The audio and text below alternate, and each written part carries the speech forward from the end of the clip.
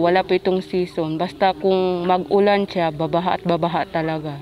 Pag-apaw ng Tamuntaka River at saka yung water lily, nagabara po siya. Tapos yun, nag-apaw po yung tubig. Kasi yung sa amin, sir, is pababa.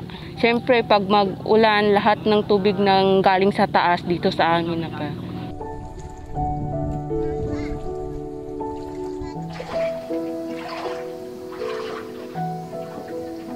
Kailangan namin bago dumating yung baha, maayos na ang mga bahay namin para magawa ng paglagyan ng mga gamit namin, may itaas namin para hindi masira. Tapos pagkain at saka pera, kasi mahirap man na baha pa, wala kang makain.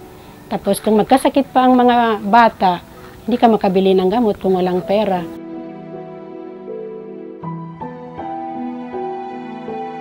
Gumagawa kami ng paraan, sir. Minsan nagatinda-tinda kami ng kahit anong mga lutuing pagkain, gulay, yun.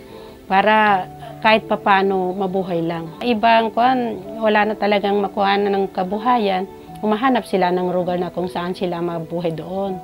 Kung sakali man magbaba na yung tubig, makahuli naman ng isda, babalik din sila. Pagtinda na lang po ng mga sari-sari, ganun. Sari-sari store po.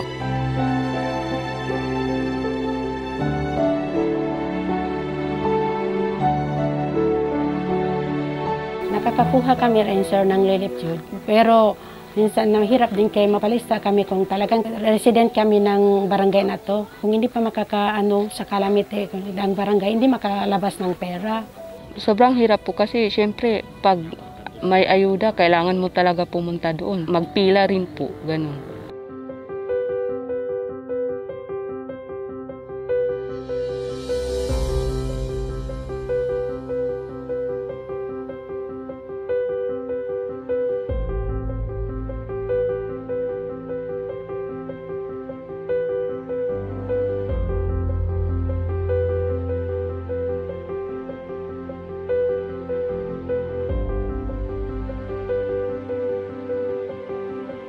Ang advokasya po nito ay makapaghanda, mapaunlad kanyang kakayahan at makabangon po pagdating po ng disaster. Mahalaga po kasi marami kang matutunan po.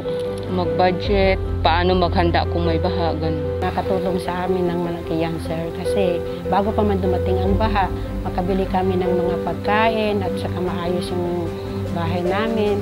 At saka maayos yung bangka at saka yung mga net, makaprepare kami para kung bumaba na ang baha, sir, tuloy-tuloy ang paghanap buhay. Dali ang galaw kasi may magamit ka.